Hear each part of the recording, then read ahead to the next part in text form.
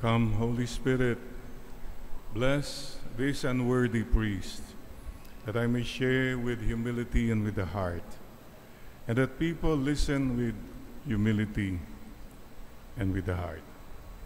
Come, Holy Spirit, come. Sisters and brothers, I'm happy to welcome si Father Nico Espinosa, SVD, from Colombia. Tama po.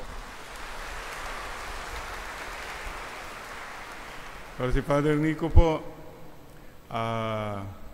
studied in Tagaytay, was ordained in Tagaytay, speaks very good Tagalog. He was assigned also in Mindoro, and pwede ba magyabang, bigatin po, 14 years sa GHQ namin, General Headquarters in Rome. And he is mabigat na tao, bigatin, pero magaan, because he's such a welcoming, happy person and humble person. So Father Nico, welcome back home to the Philippines. Pusong Pinoy, si Father Nico. Ilan sa inyo ang nabaha? Nabaha sa bahay. Mukhang walang binaha. Wow. Sana Lord, tama na po. Sa totoo lang po, if this was just a natural thing, wala yung mga man-made structures o mga man-made na kagagawa natin mga basura, wala po talagang baha. So today, as we talk about the weather, by the way, may nagsabi, last week, sobrang ulan at baha. Kasi yung tatlo na weather disturbance, no, pangalan nila, Emong, Dante, Krising, nagsisiksikan pumapasok sa par. Pwede naman isa-isa lang sana sila. Ayaw magbigayan. Ayan, na traffic tuloy. Alam nyo sa Pilipinas, kahit sa weather, may traffic. Nagsisiksikan ang mga bagyo. Mga kapatid, having said that, we pray to God, our loving Father. If we follow the Our Father, there will be order and peace. The template, the formula for peace, dasalin mo yung Our Father, you live the prayer, Our Father. It is the Lord's Prayer. There will be peace and order if we acknowledge that we have a Father. Mga kapatid, today, we start with Our Father. First of all, He is a Father. Not just a distant being, a presence, a power. No, Father talaga siya. Ama. And He is our Father. Hindi lang Father mo, hindi lang Father niya. If He is our Father, then we are brothers and sisters. O yun, magkakapatid tayo. Bakit tayo nag-aaway-away, nag-uunahan? Go back to what our Father is saying. Who art in heaven. He is a God. Diyos siya. What does it mean? Hindi ka Diyos. Hindi ako Diyos. Walang Diyos na tao. Huwag natin gawing Diyos ang ibang tao. Let's not play God. We have a God. We have a Father. He is God. We are not God. Hallowed be thy name. Ayun. He is holy. Holy, a holy, loving Father. Like Father, like Son. Like Father, like daughter. Let's all try to be holy. Sundan natin po siya. And we say today, He is holy, but Father, we are sinners. Period. Huwag po tayo magsanto-santuhan, mas magaling tayo sa iba, mas mabait tayo sa iba. Lahat po tayo, level the playing field. We are all sinners, period. But that does not end in a period, mga kapatid. He is a loving Father, a forgiving Father. So we praise Him, His name. He is the one who is always with us. Your kingdom come. He is a king. Powerful. We are servants. Servants lang tayo. Huwag kang maghari-harian. Huwag kang magrena-renahan. Keep that in mind. We serve our King, and we are all servants of the King to spread His kingdom. Ano po yung kingdom ng ating Panginoon? A kingdom of peace, joy, justice, and love. Are we doing that? Are you doing that? Are you serving the King? Nagkakalat ka ba ng joy, peace, justice, and love? We serve our King, and please, we do not serve ourselves. We do not serve our leaders, our politicians. No, hindi po. We serve our country. Wag natin gawing hari yung sino-sino dyan, o reyna yung sino-sino dyan. We serve our King, we serve our country, we serve our people. And your will be done. Ano yung sabi natin? God's will, God's way, God's time. His will be done. Keep that in mind. And today, we pray the second part, give us this day our daily bread. God is the great provider. There is enough for everyone kung wala sanang mga swapang. Sa totoo lang po, wala dapat naghihirap kung talagang maayos po ang bigayan. So we pray, give us this day daily bread. Tignan yung hinihingi natin just for the day. Mga iba po, tama na, mayroong na makain sa breakfast, sana may makain pa sa lunch, sa dinner. Pero mga iba po, wow, they have provisions for the next 100 years sa pera. Punong-puno na po. Daily bread lang po. Anong gagawin mo sa napakaraming pera? Masasayang lang po kung hindi mo pinapamigay sa mga kapatid mo. Your will be done, yes, Lord. And forgive us our sins. Patawad po, Lord. Makasalanan po kaming lahat. But please don't forget, God knows everything. Please bow your head and tell the Lord from the heart, Lord, patawad po sa aking mga kasalanan, sa aking mga pagkukulang, sa aking kahinaan. Lord, you know the score. Nothing is hidden from you. Patawad po. Patawad po. At patawarin po nyo ang mga taong nagpapahirap sa mga ibang tao.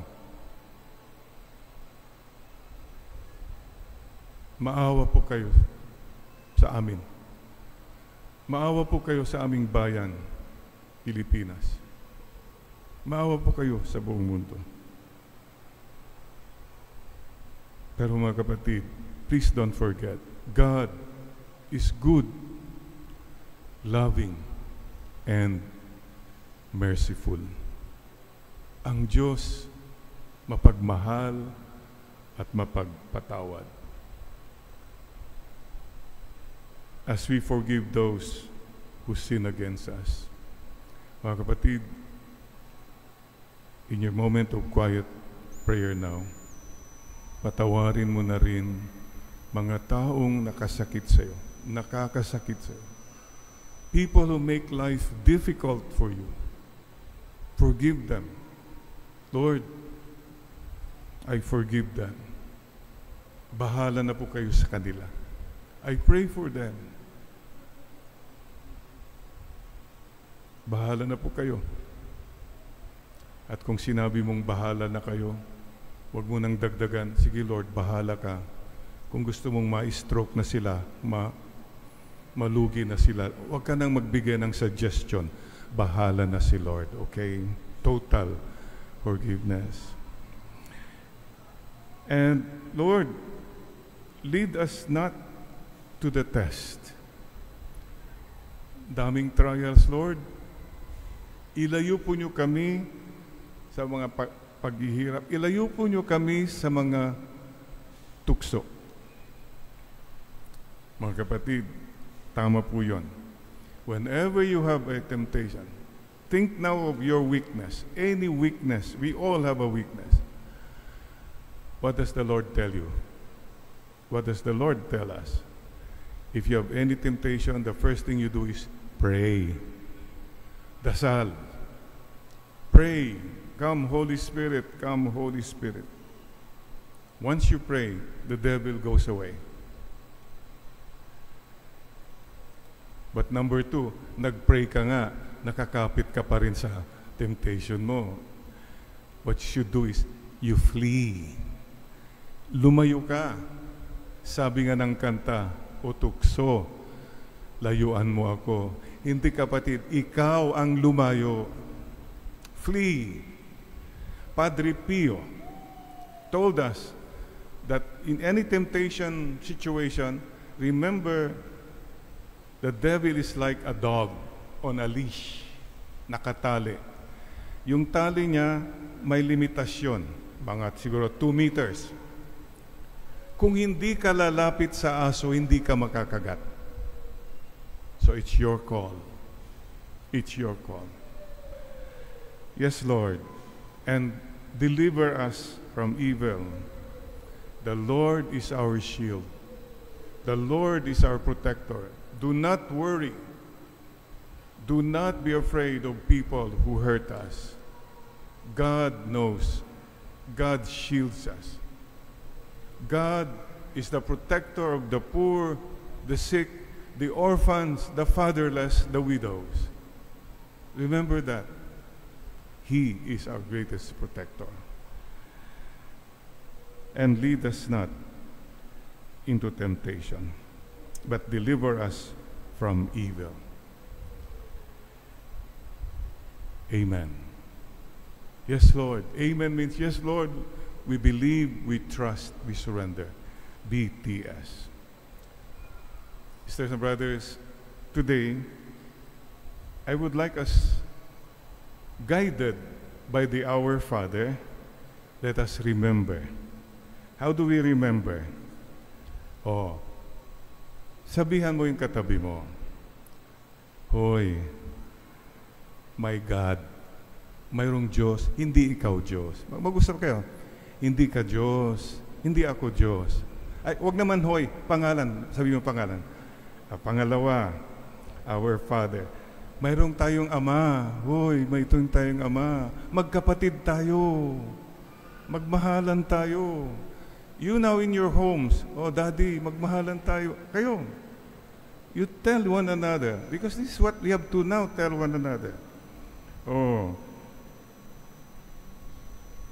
you are in heaven. Oh, God is a God who is in heaven. Hallowed be thy name. Hoy uli. Alam mo, si God very holy. Sana ikaw maging holy rin.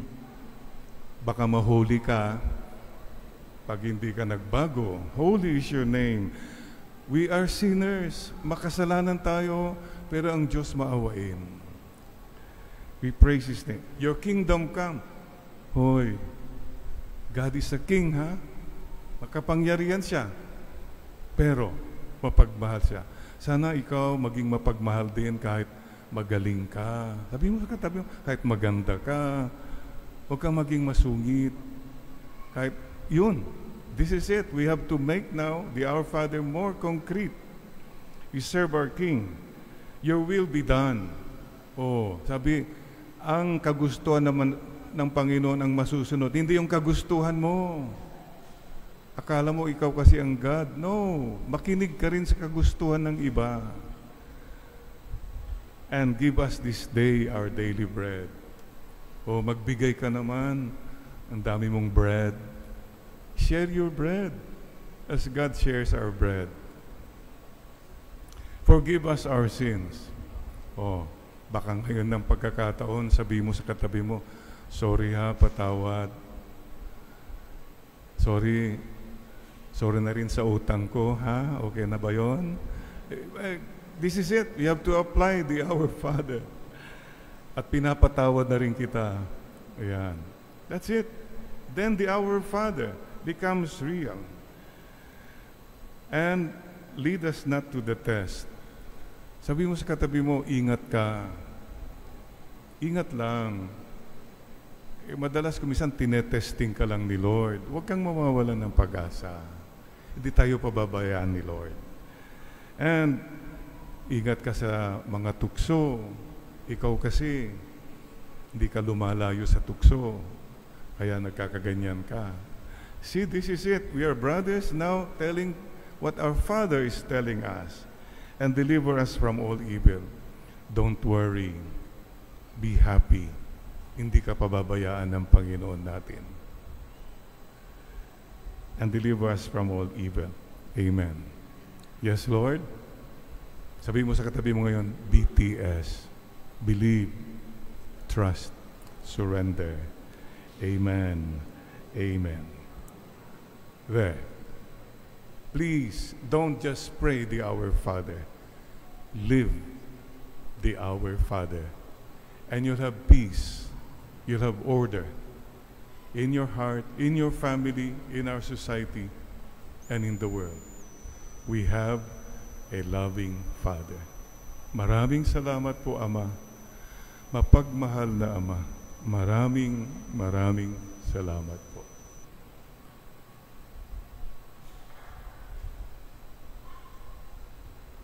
And please remember, your greatest dignity, my greatest dignity, is that you and I are children, anak ng Diyos. You're a son of God. You're a daughter of God. And we are brothers and sisters. Amen, Lord. Amen.